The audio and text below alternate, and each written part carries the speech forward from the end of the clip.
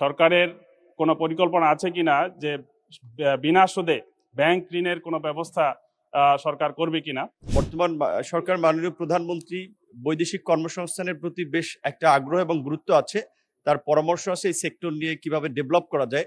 যে বাংলাদেশে অসংখ্য তরুণ এবং বেকার যুবক যারা বিদেশগামী হয়, তাদের অনেক টাকার প্রয়োজন হয়। আমাদের এই দরিদ্র জনগোষ্ঠীর পক্ষে সেই টাকা সংগ্রহ করা সম্ভব হয় না।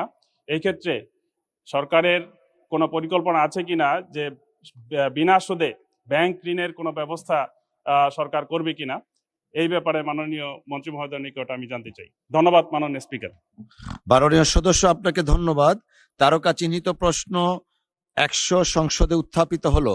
মাননীয় প্রবাসী কল্যাণ ও বৈদেশিক কর্মসংস্থান মন্ত্রীর পক্ষে মাননীয় প্রবাসী কল্যাণ ও বৈদেশিক কর্মসংস্থান প্রতিমন্ত্রী জনাব মোহাম্মদ নুরুল হক।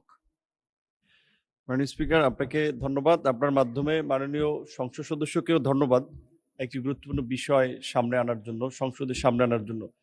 বর্তমানে প্রবাসী কল্যাণ ও বৈদেশিক কর্মসংস্থান মন্ত্রণালয় থেকে একেবারে স্বল্প সুদে জামানতবিহীন, যেটা 8% সুদে 3 লক্ষ টাকা পর্যন্ত ঋণ দেওয়া হয়, যেটাকে আমরা 5 লক্ষ টাকা করার একটা চিন্তা ভাবনা করছি। একই সাথে আপনাকে এটা জানিয়ে রাখতে চাই যে বর্তমানে বিনা সুদে কোনো ঋণ চালুর কোনো স্কিম সরকারের নাই।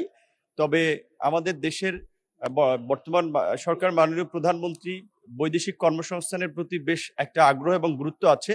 তার পরামর্শ আছে এই সেক্টর নিয়ে কিভাবে ডেভেলপ করা যায়। সেই বিবেচনায় ভবিষ্যতে সরকারের নির্বাচনী ইশতেহার অনুযায়ী যে 1 কোটি বিদেশি কর্মসংস্থান সৃষ্টির একটা আমাদের টার্গেট আছে, সেটা পূরণের লক্ষ্যে হয়তো ভবিষ্যতে এই সিদ্ধান্ত সরকার যদি গ্রহণ করে, তখন হয়তো এটি বাস্তবায়ন করা যাবে।